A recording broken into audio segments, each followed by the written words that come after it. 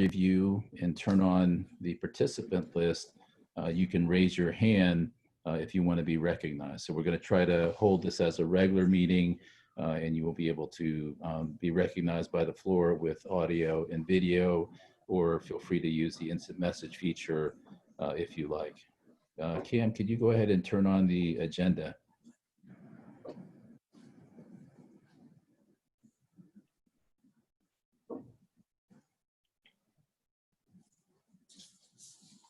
So there is the agenda, and if you could go to my slides really quickly. Thank you. Perfect. Go ahead and maximize that. So let's start with a picture that was taken so long ago. Talk about living a lifetime. That's a picture of us, the Faculty Senate, at our first meeting. And it is good to see all of you, at least virtually, and I look forward to being able to see all of you in person. We're going to have a great celebration, I'm sure. Next slide. So quick notes, please go make sure you sign in. And that is the wrong link. Go to the agenda, actually, and make sure you sign into the, actually, no, I apologize. That is the right link to the general faculty meeting. And you can also access all slides and handouts that we'll be using today, linked directly into the agenda. And again, all of your video, audio, video, and chat has been turned on. So please make sure you stay muted. Please raise your hand and be recognized by the floor before speaking. But you can now turn your microphone on. So please, everyone, stay muted. Thank you.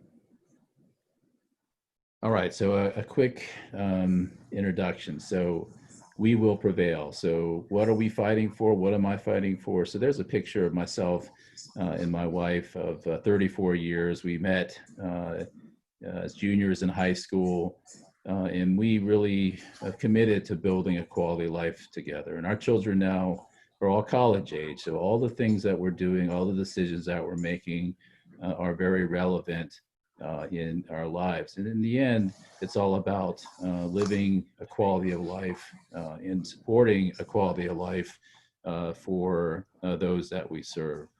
I do believe adversity brings out the best in us. So I've really enjoyed working with all of you in the challenging times that we're in. I want to also recognize that UNCG honors your extraordinary work, responsiveness, and care for our students. So Dana and administration, again, would kindly put out an ad in the Chronicle. So that ad is in the handout folder as well. So please take a look at that.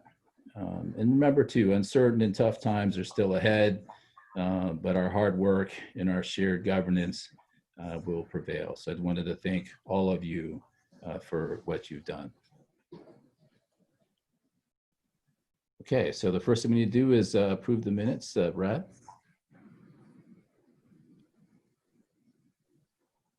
Are there any corrections, additions, revisions to the minutes as they were posted?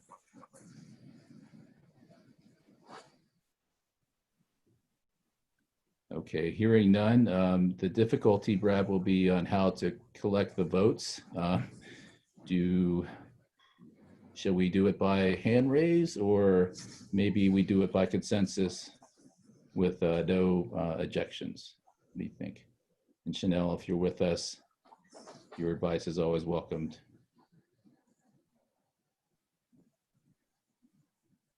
Okay, given our unique circumstances, are there any objections to the minutes? If there are no objections, we will approve the minutes by consensus.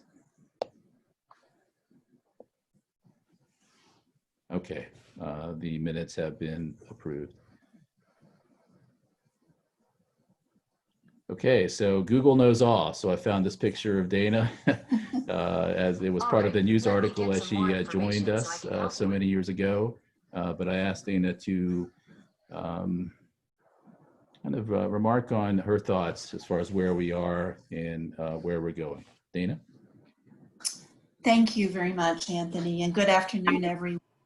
As I said earlier, and I know we may have a somewhat different audience now, I do hope that you are all managing well in this challenging time and that you're finding ways to boost your spirits through this uncertain and difficult period. For me, it's a bit of time outdoors, walking on the trails through nature, some deep philosophical conversations with my pups. I tell you, they're quite profound, and occasionally a rousing game of Quirkle. But whatever sustains you, I would simply ask that you do more of it and take care of yourselves. Also, please add to the list of things to feel positive about and proud of is the great work that you've done this semester under very difficult circumstances to help our students maintain progress toward their degree and all the life-transforming rewards that are associated with higher education. In those downtimes, that's something we can all feel very good about. In terms of pride and accomplishment, I do want to call everyone's attention here today to the recent communication from me and also the recent Campus Weekly announcement of this year's Teaching, Advising, Mentoring, and Research Award winners. It's unfortunate that we can't convene to celebrate the work of these esteemed individuals, but I very much urge you to reach out to them and congratulate them. You will also see on Sunday, the 26th, a full-page announcement of these individuals and their accomplishments in the Greensboro newspaper. At the same time, I thank you for your good work and comment on the pride you should all feel. I actually want to ask you to do more.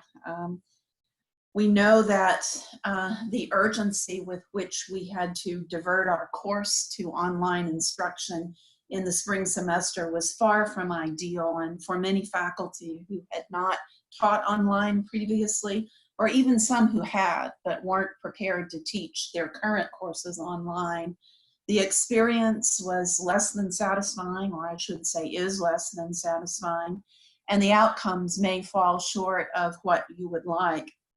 We know we have high standards at UNC Greensboro. You know that. It's one of the reasons you're here. What I'm asking is that in the face of uncertainty about the fall semester, and in the absence of a decision potentially until early July about whether we can start, much less finish, the fall semester face-to-face, please take time this summer to further refine your online teaching skills and materials. We'll do everything we can to support you. The recent call will support up to 150 faculty with an intensive development opportunity, and there's modest compensation associated with this opportunity. If this one doesn't fit your schedule or suit your needs, there is a list of other structured opportunities to access development in the communication. Please take advantage of this opportunity, because when we return in the fall, we want to be confident that what we deliver is at the highest standard we all endorse at UNC Greensboro. What do we know about the fall? Well, we addressed much of this in the town hall that preceded this meeting. We don't know a great deal. As recent as yesterday, we saw 2 campuses make announcements for the fall, some of the earlier campuses to do so outside our state, and they made opposite calls. Cal State Fullerton elected to call now for a fully online semester, saying they were confident that they would not be able to provide the kind of safe and secure environment that would be required on campus by the fall semester. The very same time, Purdue University made the opposite call, saying they believed they could do so and that they would meet face-to-face in the fall. It's really too early to call, and as unsatisfying as the uncertainty is, I think we're better served by waiting as long as we can. We can't wait too long, but we can wait another month or 2 before we reach a decision. In the end, it's not under our control. A medical expert said that the virus is what will determine the path forward and the schedule. In our case, it's both the virus and the UNC system. This will not be a campus call. I want to conclude today by saying that this is my last general faculty meeting, and it's my last general faculty meeting, I should say, to address you as provost. In future ones, I'll be in attendance as a faculty member. When I made the bittersweet decision to exit this role, I could not have imagined the way in which my last months as provost would conclude. I do remember clearly 6 years ago when I first addressed the Faculty Senate a few weeks after my arrival here at UNC Greensboro. I've reflected on this and I recall it was a very challenging period in the life of the university. Enrollment declines and state budget cuts had led to very constrained budgets, actual reductions in force at the university, and there was a great deal of tension on campus. When I attended that first Faculty Senate meeting, I asked at the time that you imagine a trust meter with a setting of neutral in the middle of the dial, and that you allow me as a new provost to start my time here in that neutral zone with an opportunity to earn your trust. I've worked hard over the last 6 years to try to earn that trust, and I hope that the majority of you feel that I succeeded. While I'm certain that we've not always agreed, and I'm certain that I've done something that's frustrated virtually every one of you, I do feel that my request was honored. Shared governance very much depends upon an atmosphere of trust and collaboration between faculty and administration. I thank you for working with me and for the privilege of being your provost. I think we together accomplished a great deal. We've added new academic programs, we've seen growth in enrollment, we've added many new faculty, new student support services, we've enhanced technology and automation in the way we carry out our work. We've seen significant increases in research funding and visibility in terms of the stature of the scholarly enterprise. We've been the only campus in the UNC system to meet or exceed for 2 years in a row all of our UNC system metrics. These are just a few of the things that we have done together. A new provost will soon be joining the university, and this provost too will be joining at a time of challenge. A different kind of challenge, admittedly, but at a very challenging time. I urge you once again to support an open, trusting, and collaborative relationship so that UNCG can once again navigate through what will be a very temporary period of difficulty to emerge on the other side stronger, much stronger than ever. Thank you very much. Thank you very much, Dana.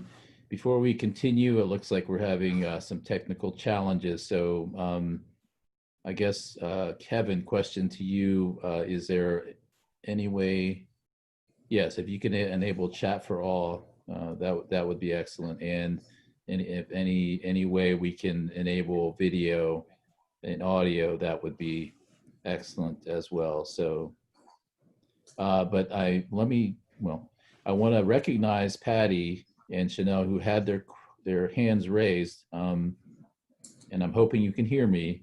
And I guess if you can't speak, if you can't turn your audio on, let's see. Oh, okay, Patty, you're on. Yes. Yeah, I'm on. Thanks. I'm good. Okay. Well, It's just at least not seeing folks. Oh, right. Well, at least that was a good technical test. And Chanel, go ahead. Yeah, I'm okay. I couldn't chat or anything, so I didn't know how to say yes by consensus before, so I kind of went kind of crazy to raise my hand. So I'm good. Oh, I did good, Chanel. Thank you. That's always. Yes, you did good. Thumbs up. Without my parliamentarian, I'm really proud of myself. I've learned something this year. Okay. With that being said, and I do want to thank Dana. Dana, I just want to say, and I'm going to say it a number of times at this meeting, but you really do personify Minerva. So smart, wise, and generous. So it's been a real privilege working with you. But with that being said, we have time for that later too. So go ahead, Cam, you want to advance the slides? So I've asked both our deans of undergraduate and graduate studies to join us. My hope for our general faculty meeting is to hear from your leadership about where we are and where we're going. So I've asked Andrew and Kelly to join us, and I guess we'll just start left to right. Andrew, can you hear us?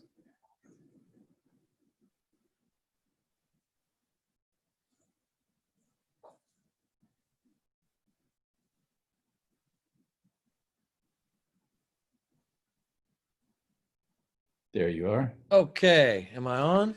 You are on. Yes, sir. Can't see you, but we could hear you. Okay.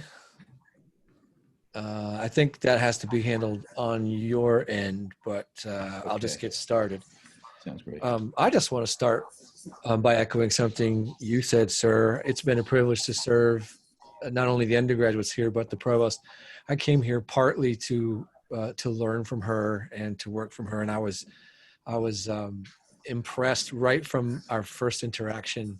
And it's been a great year to learn this job and this institution. So sorry to see you go, Dana. I just have 4 quick updates for you all. The first is I want to deliver a message from the students, and without editorializing, here it is. They would very much like, please, for all of us to think about making final exams optional. You probably didn't need me to tell you that, but I've been getting this message through every possible messaging option except for snail mail for a couple of days now. So you've heard it, I've said it, that's it. Second, we are anticipating a comparatively very large number of course withdrawals from this term, and we're working to hold the line on summer enrollments. And indeed, we're trying to make it clear that summer is a good option for making continued degree progress. So as you know, most summer courses were designed to be fully online, so they're a good option for many students who had to reduce their hours because of the impacts of the virus. So I want you all to know that we're doing everything we can to not only make the case, but make it financially and curricularly possible for students to continue to make degree progress this year and to replace whatever they had to reduce, whatever courses or hours they had to reduce this terms because of the impact of the virus with summer coursework. So I appreciate your support in that effort. It may mean we wind up standing up more courses than we have already. I'm not sure. What we're doing right now is on Thursday, I hope, we are going to turn on the W option, and the students who have already identified themselves as in the queue for taking that option will begin to do it. We're going to track their W's in real time and reach out to them with advising and I think sort of prepackaged financial aid help as well. Tali and her shop have been doing a lot of work to define how that's going to go. And I've, in my shop with Dana Saunders' help, have tried to define how our work will go. Third, another summer update, SOAR will be virtual. Of course, SOAR will be online, and we're working very hard to make it good. We're taking the approach that SOAR this year is summer marketing of the university and something to look forward to for our incoming fall freshmen. We want them to have the light at the end of the tunnel of. Andrew, we've moved you to a panelist now, so your audio and video now should work. Our apologies. You went, it took you to mute automatically. I'm unmuted and live and in person. There you are. Okay. Thanks. So I was just saying that with help from all the deans and associate chairs and advising directors, we have done, I think, really good work in moving toward summer orientation that's virtual and a good marketing effort, and it's sort of good to get the message out that we're here, we're working, and we're welcoming freshman students and transfer students to our campus in the fall, even if it has to be virtual, although I really, really hope it won't. Finally, just the last thing, I have heard round the way that we are delaying the rollout of the general education implementation, the new general education revision. That is not true. We are not delaying. We are delayed a little bit because I and others who are working on the implementation have had to devote our efforts to COVID-19 responses. But we are very much on track to get the new Gen Ed curriculum rolled out on time. So don't believe anybody who says otherwise. We are doing what we need to do. One more thing on that. I will just acknowledge that we have to date not done a great job of being transparent about where we are in the process, which is why I think some folks maybe suspected that we were not going to have it out on time. By the end of this week, we'll have a new Gen Ed website out. So the Provost website, the Gen Ed revision website is sort of frozen. And that will stay where it is. And the implementation website will live on the Division of Student Success page. There's a tab there for the Office of the Dean of Undergraduate Studies, and we're already preparing updates. So that'll get updated weekly as the implementation committee meets, and there will be information there. We're doing all kinds of things right now that will provide information about where we are. We're tabulating seats. We're very far along on the crosswalk. We've designed processes for designating new courses as Gen Ed and new processes for identifying courses. So I'll stop there. If there are questions, I'll be happy to take them. Thank you, Andrew. Why don't we go with Kelly, and if questions come in, we'll return to you if there are questions. Thank you, sir. Thank you, Andrew. Okay, good afternoon, everybody. Anthony, can they see my slide? Probably okay. not. If you can, if you can Well, turn it on. There you go. Yeah, I certainly don't need to read it to anybody. It's very short. I just want you to know that Greg and I and the rest of my team are working really hard to support our students. You know, a lot of them have families and pressures that a lot of our undergrads don't have, just in different ways. We've only had 4 students indicate intention to withdraw from a class so far, which is very good. We're working, it's mostly, we're dealing with a lot of food insecurity issues, rent insecurity.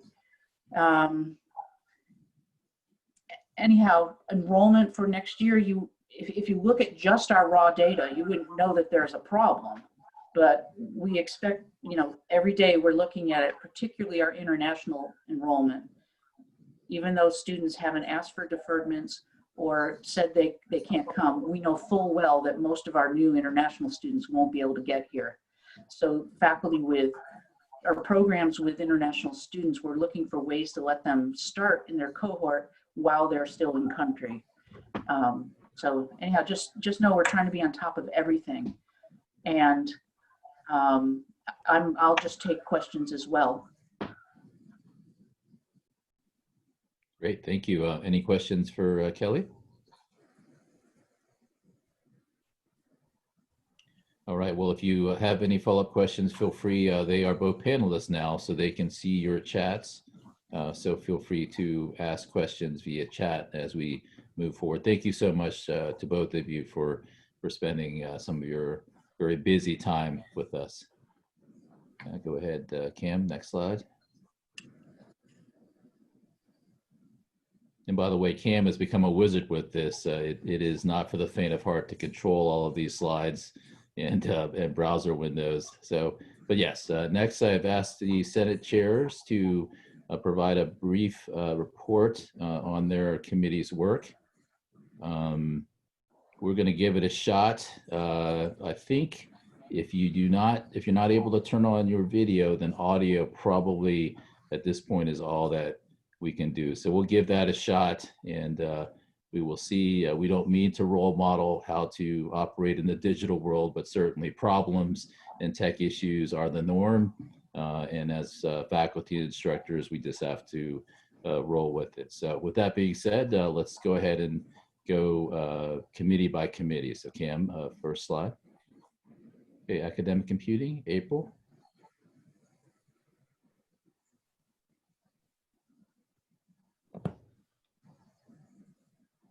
So April does not have audio.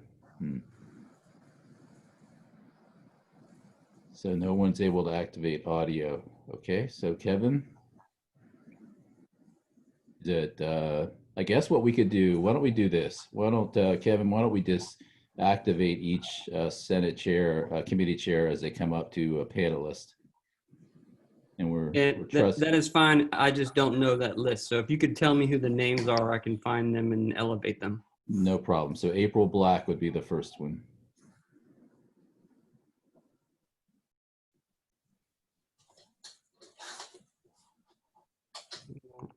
Yeah, the name is on the slide. And Brad, if you wouldn't mind, if you could give him a list. The names should be on the slides in the slide deck. Right. I think the difficulty is I don't see April Black in the list of attendees. Is it AN Black 2? Yes, that's there it. We go. All right, hold a second. I'm promoting to a panelist. Great. All right, go ahead, April. Thank you, Kevin. I really appreciate it. Sure, I apologize. It's not your fault. So I'm going to start. Sorry, I didn't realize I had camera access as well. I'm the chair for the Academic Computing Committee, and we have had issues meeting for the last 2 meetings. We did meet in February. We did not meet in March, but we meet actually tomorrow. There have been a lot of changes since February. We talked about Respondus Lockdown Browser Monitor. We were talking about the pilot that was going on and what was happening in the Bryan School with Lockdown Browser and Monitor. And there was a lot of interest with the faculty on that committee, discussing it with their departments and their schools to see if other faculty members wanted to join our pilot. And of course, and the university has agreed to pay for it for another full year. So everybody has access to Respondus Lockdown Browser and Monitor. It is, if you don't know what that software is, it is a web proctoring software for online exams. So it locks down student browsers, and it uses their camera to evaluate their environment and to make sure that they're not using notes or other resources for taking a test. We also talked about the Zoom pilot, which is now no longer a pilot. As I said, things have changed. At the time in February, there were 63 members involved in the pilot, and David Kirkland came from UTLC and gave us a great discussion on Zoom pilot. Since that last meeting, we now have an enterprise license for pilot for Zoom, and everybody on campus can use Zoom. We also talked about having our upcoming election, which we will have tomorrow, for a chair-elect, and secretary. And then the last thing we talked about was tracking professional development for those who want to be certified to teach online. And that has obviously changed tremendously over the last 4 weeks. So I'm not sure that will need to continue, a discussion of that will need to continue. And that's it for us. Great, thank you so much, April. You're welcome. Okay, I'm next. Okay, this is Tammy. Hi, I'm Tammy Dreves. I chair the Academic Policies and Regulations Committee. Sorry, I have my slide up on a different screen. That's why I keep turning my head. We've been very busy, especially in the last several weeks, with the emergency academic relief packages. But other things that we have done this week have included, or done this year, included amending the course inactivation policy. We've been reviewing a final exam policy, particularly in relation to religious observances that might coincide with final exams, and how our final exam policy does or does not address those. We have the undergraduate curriculum committee. We've charged them with working on policy regarding the creation of pre-baccalaureate certificate programs. That has just begun, so you'll probably be hearing about that through your academic units next year. And then in development is a grade replacement policy, which we're simultaneously developing a excluded F policy and a repeated course policy. All of those things need to sort of come out together because they work with one another. And then currently under review also is a syllabus policy. And of course, the Faculty Senate is voting right now on the summer 2020 academic relief package for students. Great. Thank you so much, Tammy. Thanks for being so responsive in the hard work of your committee. You're welcome. Okay, budget. I don't know if we have someone from the budget committee. Norman, are you with us? Okay, thanks, Andrew. So we will skip the budget committee. What I will say is that we've worked very hard with the provost and Alan Boyette and others across campus. We appreciate, again, working with us on helping establish priorities. Elections and appointments. So really quickly, we have developed a new information system using Google Sheets to increase both the speed and accuracy of all elections. So that's been something that's taken quite a bit of effort, but right now I think we've gotten a good system in place where the election officers are in charge of one specific spreadsheet that then prompts us to update the roster, which is automatically attached to our website. We've revised guidelines in terms of constitutional requirements to try to standardize and clarify the process for each of the units. We are using now electronic ballots almost exclusively, which increases the speed and accuracy of that process.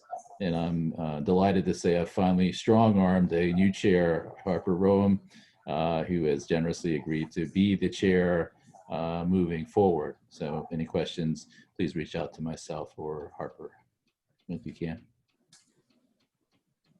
Okay, Melanie? Can you hear me? Yes. Good. Okay, this is the Committee on Equity, Diversity, and Inclusion. And we had a good bit of work right at the beginning of the academic year assisting the general education revision group with writing the host has asked me to start my video. Sorry. There. Writing the definitions and learning outcomes for the understanding diversity and equity competency.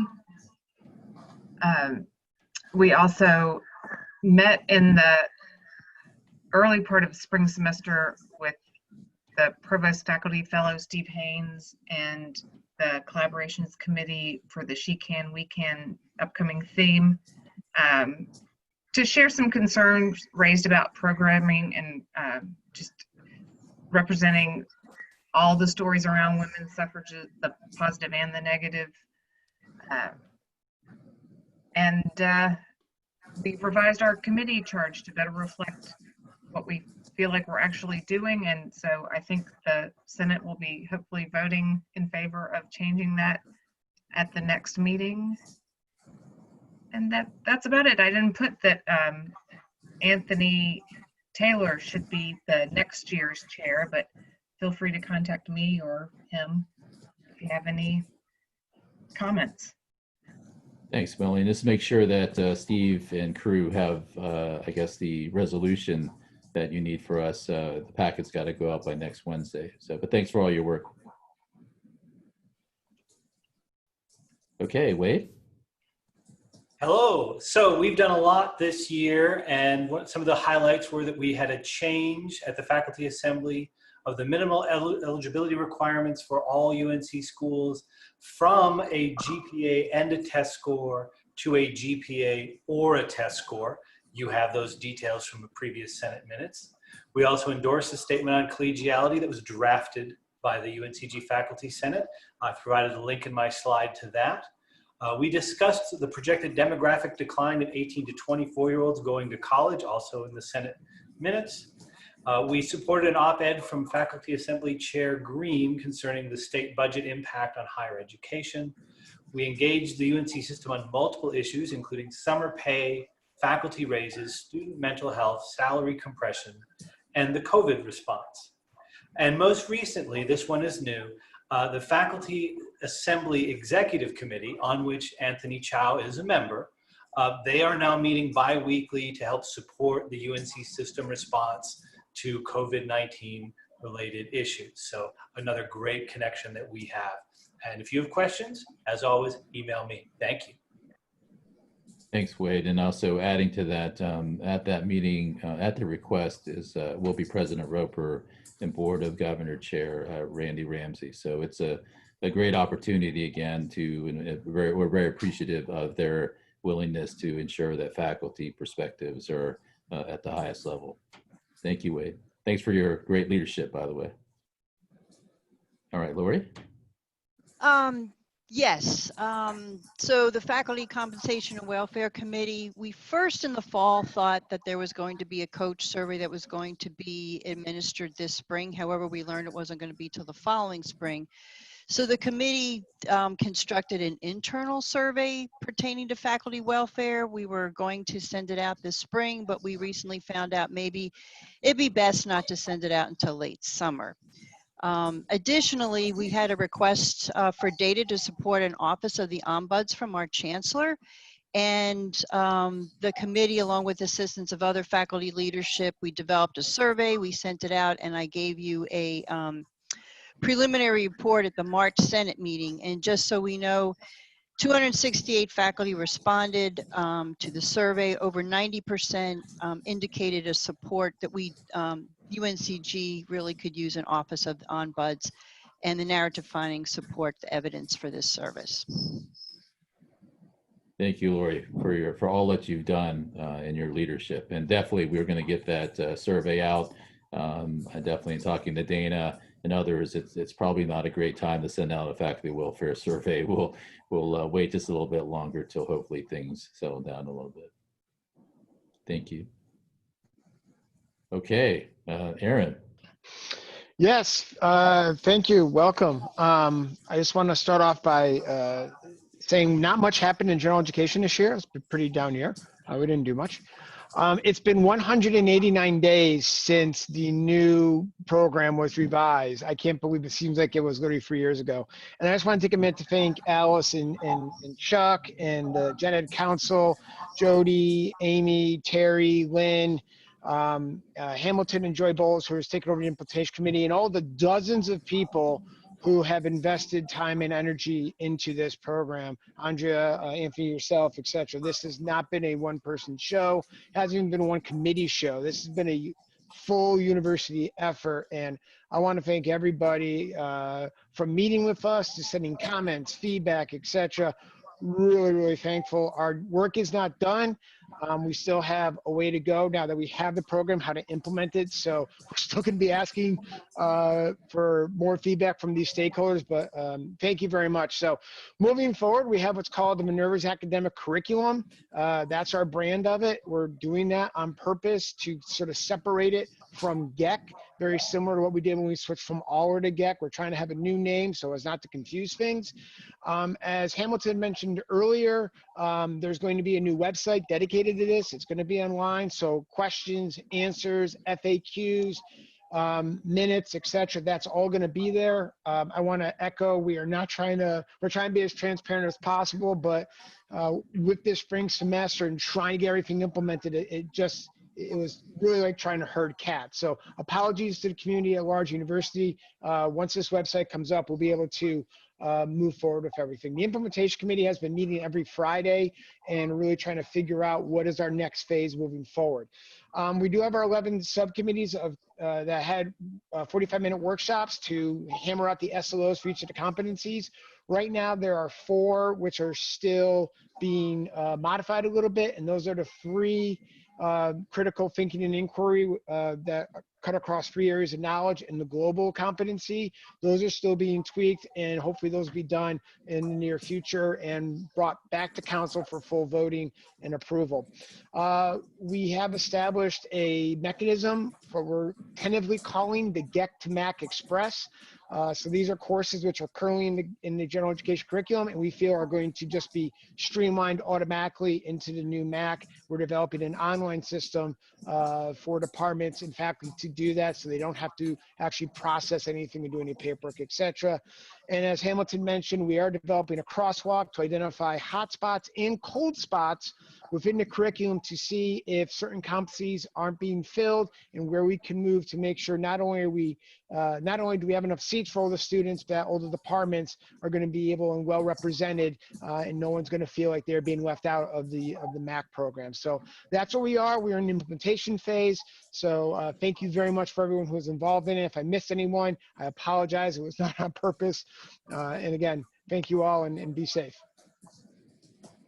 Thank you, Aaron. And again, I want to echo what he said, the leadership of his leadership in particular, and obviously all the work of the previous committee, Jody, Amy, just a wonderful job. So thank you for the leadership and shepherding this through. Okay, Steve.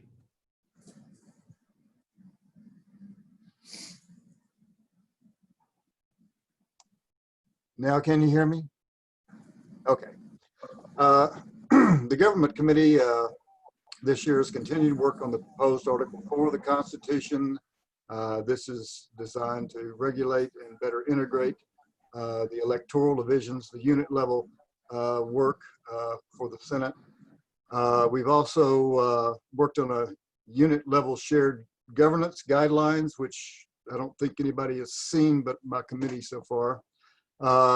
We have also continued work on the constitutional changes that we're going to need to be able to represent faculty from UNCG Online and the soon to be established interdisciplinary college. This has proven to be fairly tricky. Been working with Kelly and others to get our facts straight before we actually come up with any proposed amendments on this. We have, during the last few months, we've reviewed the course expiration policy, the emergency undergraduate student academic relief policy, the emergency probationary extension policy, and other things that are related to the COVID emergency. We've also prepared constitutional amendments to allow virtual participation and electronic voting for the Senate and general faculty meetings, amendments to create an electoral division council, another to revise the description of the Equity, Diversity, and Inclusion Committee. And I sent that to you a couple of weeks ago, Anthony. I can resend it if you need me to. To create another one to create to allow faculty who are in phased retirement voting rights on the Senate and general faculty. So that's all very near done or has already been done. We have also proposed and drafted a general policy for shared governance during times of emergency. It really hadn't been until this year that we ever thought we needed such a thing, but we definitely do. And I think I've sent that to you as well, Anthony, for the next Senate meeting. Upon request, we've also reviewed new IOGs for the School of Nursing and the College of Visual and Performing Arts. So we've been very, very busy, but we've managed to get quite a bit done. So if anyone needs to ask me any questions about any of this, there's my email address there. Just send a message. Great, thank you, Steve. And I want a special acknowledgement to Steve and his committee. Like Dana had said before, we don't always agree on everything, but that really is a sign of healthy shared governance. And I really appreciate Steve's true talent in the constitutional writing world and his responsiveness, and more importantly, the degree of care that shows for all that he does and that he does for us. So thank you, Steve, for that. Okay, employment hearings. Do we have a representative from employment hearings?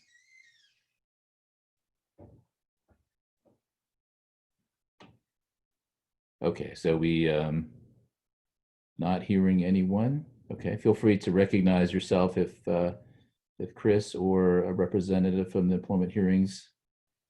We'll go ahead and move on. If there's someone here, we'll come back to that. Okay, great. Donna. Hi, can you hear me? Hi. Thanks for organizing all of this today, Anthony. The faculty committee on intercollegiate athletics didn't have much activity in the fall semester. When I was asked to be chair of this particular committee, it was an opportunity that I couldn't take advantage of until the spring semester because I had a couple of big deadlines. So we didn't do much in the fall. We had a couple of small, I guess, updates that we were given from the athletic department, but we really got moving in January, or in December actually, and then it carried over into January. And one of the things that we were able to do this past semester was work with Kelly Burke, Andrew Hamilton, and Tammy Draves regarding an absentee policy, which had been something that I guess had been talked about at a variety of different levels pretty consistently. And of course, intercollegiate athletics is interested in this type of policy because it could truly benefit the student athletes and could potentially allow them to take classes that they might not otherwise be able to take given their travel schedules, et cetera. And of course, this also would extend to, the performance artist on campus and other school sanctioned activities that require students to be off campus and potentially as a result missing classes. So I know that particular policy, the wording on that is still being looked at and still sort of being worked on. And I know that Andrew had to jump off the call today, or our meeting, I should say. But if Kelly and Tammy have any updates on that, definitely feel free to kind of chime in. I know that policy was supposed to go to Faculty Senate for review, but of course, with the current situation that we're in, I'm not sure how much progress was made there. Also, one of the major things that happened for athletics this year was the opening of the new Student Academic Support Service Center, which is on the first floor of the Coleman Building. The FCIA committee took a tour of that, and it really is a great place for student athletes to study and to meet. They have access to some key people like Kristen Rusbolt, who's the director of academic support services for athletics, as well as her staff. So it kind of put everything in one place for them, and it just provided a place where student athletes, I should say, had an opportunity to just meet and talk and study. Right down the hall, of course, from their locker rooms and their fields and their practice spaces, et cetera. So if you have an opportunity to get to the Coleman Building and just want to see that space, I would recommend that you do it. It's a great place for student athletes. I pulled some information for you regarding student athlete academic performance, and this is just sort of an abbreviated overview. But if you would like the 2018-2019 report, I'll be happy to send that to you, or I can share it with Anthony. And so there are just some updates for you. Just student athletes are really representing the university quite well in terms of their GPA. And just their service engagement to the community. And so I think that there's a lot to be proud of there in terms of how our student athletes are representing us, not just on campus, but in the larger community as well. There was one piece of information that I wanted to make sure that you were aware of, and I put it in the notes section of this particular presentation and can send it to you. It was just the verbiage that Athletic Director Kim Record sent out with regards to our reaction last week on the NCAA violation sanctions that we were given for our self-reported issues that we had with men's soccer and just basically doing some recruiting that shouldn't have been being done at a particular time.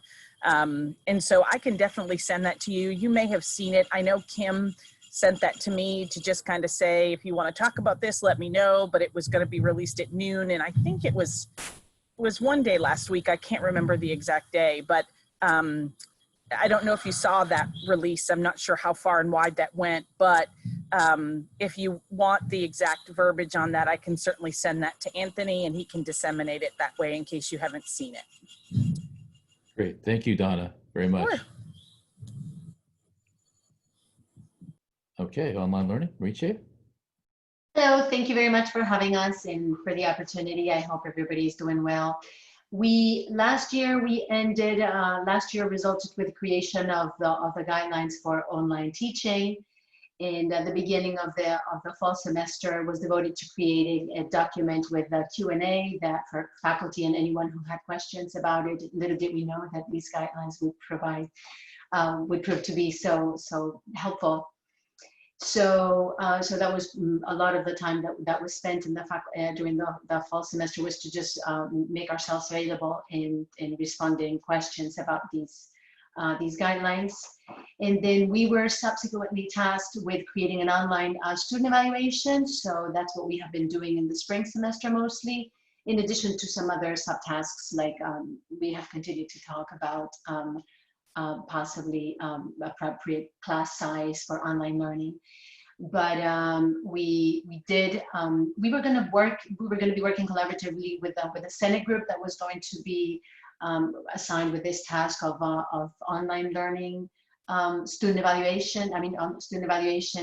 But I don't know that this group was created in the end, so we just decided to provide some guidelines, and we have created these guidelines. So the document is ready, and it's a draft, but we're going to send a final version of the draft to Anthony, and you can just distribute it as you see fit. We elected a new chair for 2021, and we've been in the past 6 weeks. We have also been asked to participate in several documents that have been created quickly, or surveys for online students or for faculty, and so we have been meeting regularly, and that's what we've been doing.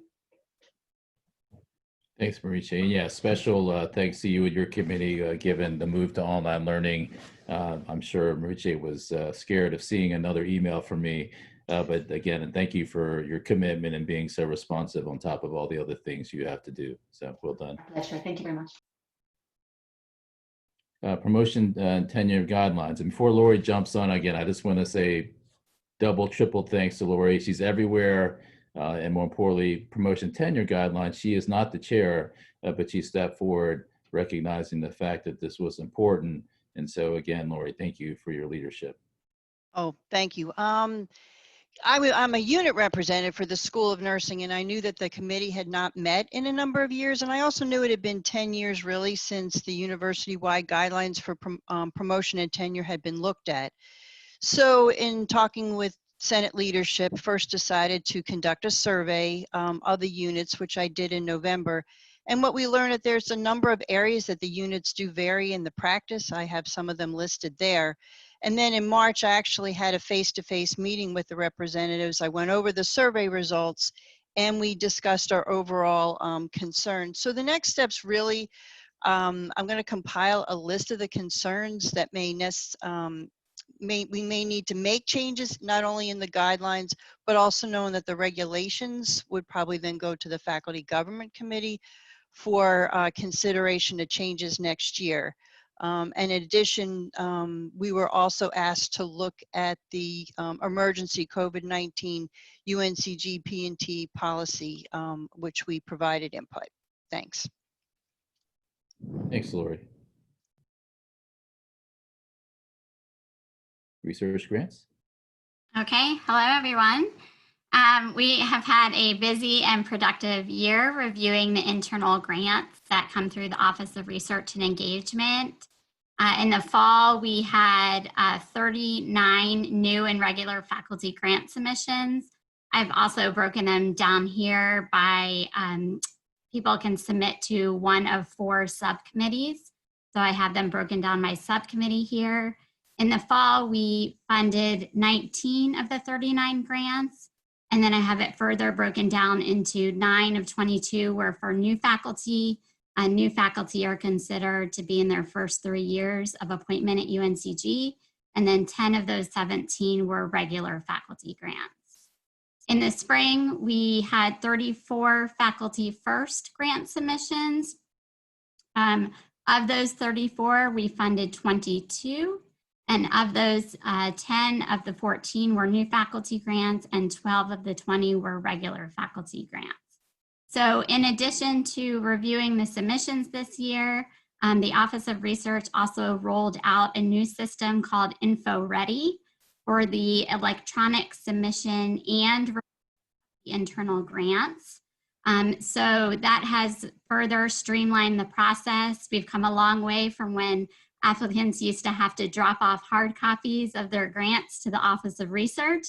So now both the application process and the review process are all done through InfoReady.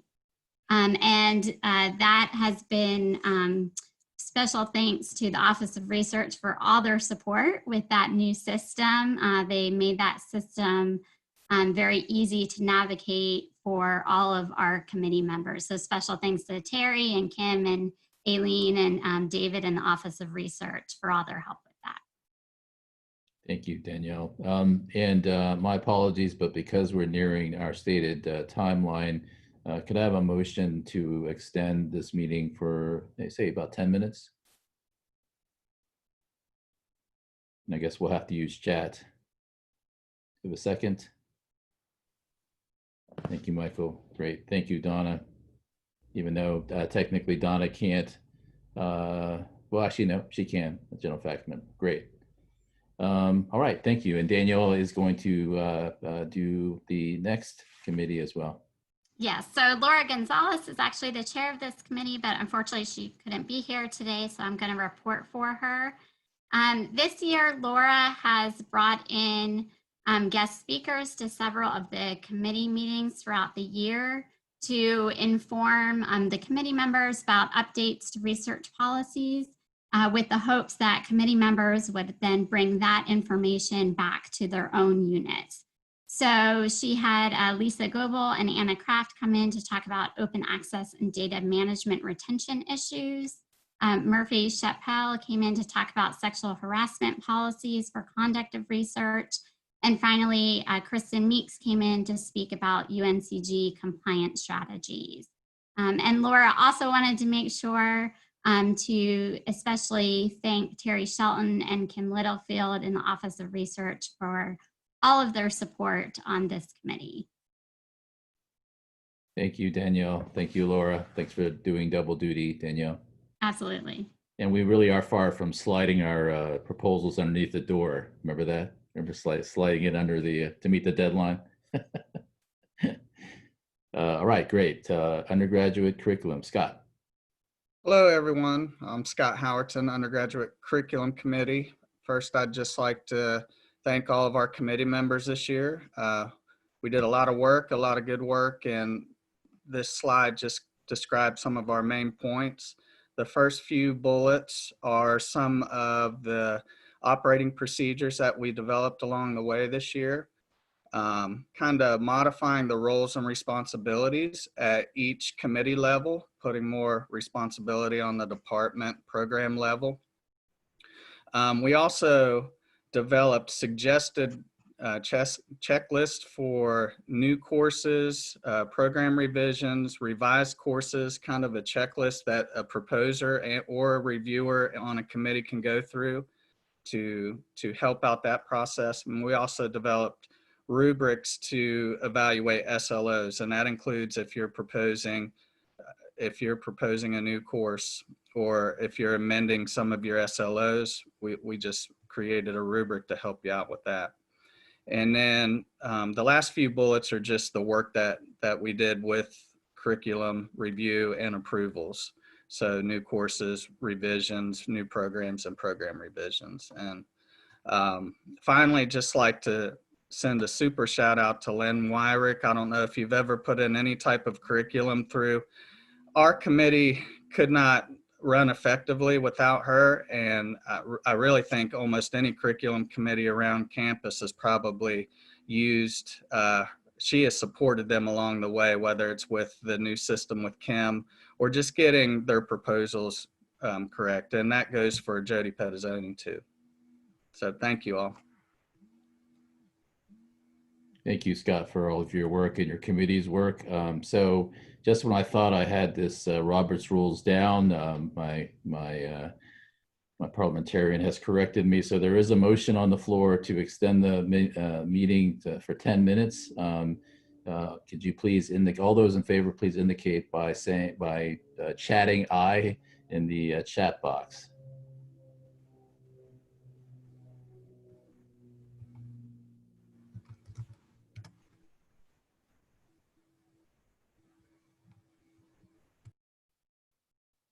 Great. And then all those opposed?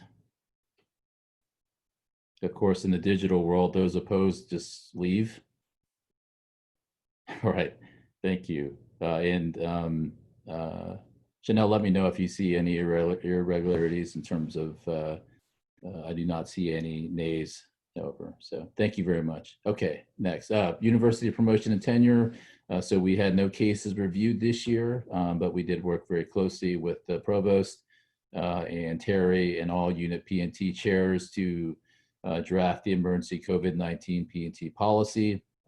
I also want to endorse the true value of diversity of thought. So I'm sure Dana agrees. As we shared the draft with faculty across campus, we had a lot of good ideas and also a lot of good qualifiers that helped us tighten the language before it was released. So, and then we're working with the P&T Guidelines Committee to look and review and refine guidelines as needed.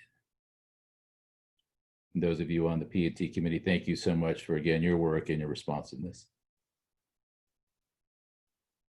Okay, Cam, next. I think that should be it.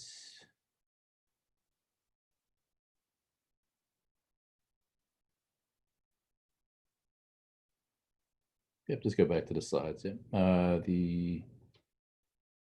the right should be the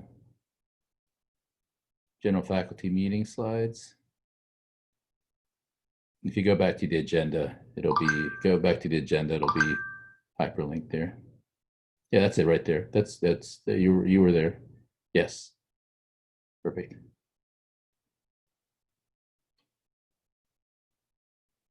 Okay, so last but certainly not least, a special thanks to Provost Dunn. So we reached out to colleagues to provide a few thoughts about Provost Dunn. So I have a few select quotes, and Dana, I'll be sure to share the full spreadsheet with you.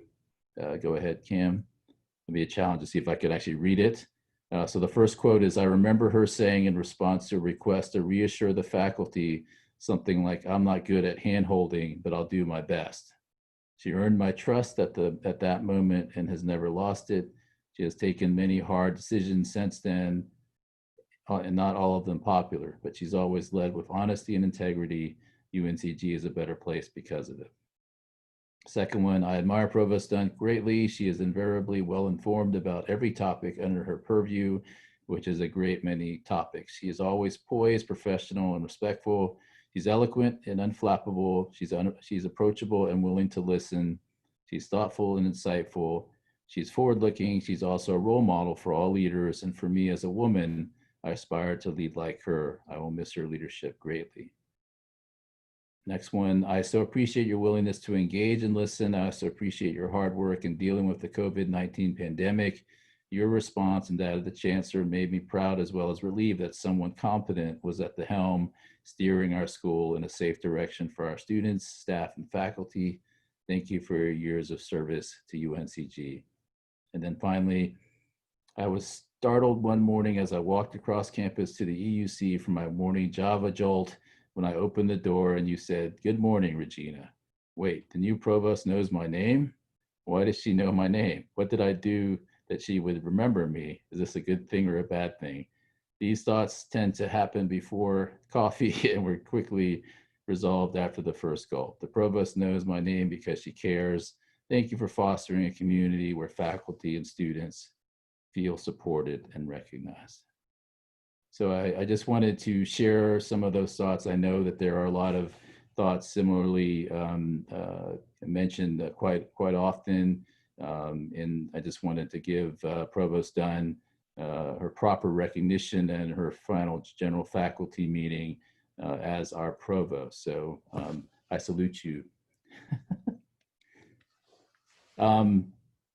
Let me see. And then the last thing I want to say in terms of working with Dana is also a sign of good leadership is the evolution of our relationship. So certainly we do not always agree on everything, but Dana and her leadership not only helps make me feel confident and comfortable to voice my disagreement, but also through her leadership, I've also grown in confidence because she's willing to listen. So I've been on many teams throughout my life, and a sure sign that we have good team dynamics is when we can work so closely together, recognize our strengths and weaknesses, and most importantly, get the job done. So thank you, Dana, for all that you've done and meant to all of us, and your leadership, which really makes all of us stronger. So with that being said, do I have a motion to adjourn?